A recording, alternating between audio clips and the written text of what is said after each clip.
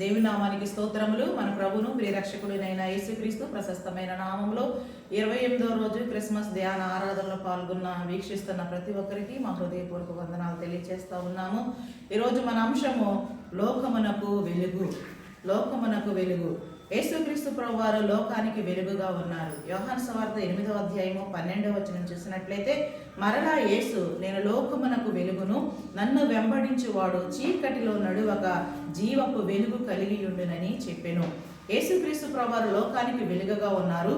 అంతేకాదు గాని ఆయన వెంబడించే వారు కూడా జీవపు వెలుగు కలిగి ఉంటారు. కనుక దేవుని వాక్యులు మనకు తెలియచేస్తుంది. రెండవదిగా యోహాను సువార్త 1వ అధ్యాయం 9వ వచనాన్ని చూసినట్లయితే, నిజమైన వెలుగు ఉండెను, అది లోకంలోనికి వచ్చుచు ప్రతి మనుష్యుని వెలిగించుచున్నది. కనుక యేసుక్రీస్తు ప్రభువారు రెండవదిగా నిజమైన వెలుగుగా ఉన్నారు. ఆయన ప్రతి మనుష్యుని వెలిగించడానికి లోకములోనికి వచ్చారు.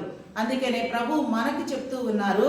మత్తయి సువార్త 5వ అధ్యాయం 14వ వచనం చూసినట్లయితే, మీరు లోకానికి వెలుగై ఉన్నారు. కనుక యేసుక్రీస్తు ప్రభువారు నమ్ముకున్న మనము లోకానికి వెలుగుగా ఉండాలి, లోకాన్ని వెలిగించే వారిగా ఉండాలి. అట్టి కృప దేవుడు మనందరికీ అనుగ్రహించును గాక. వీక్షిస్తున్న ప్రతి ఒక్కరికి మా హృదయపూర్వక వందనాలు.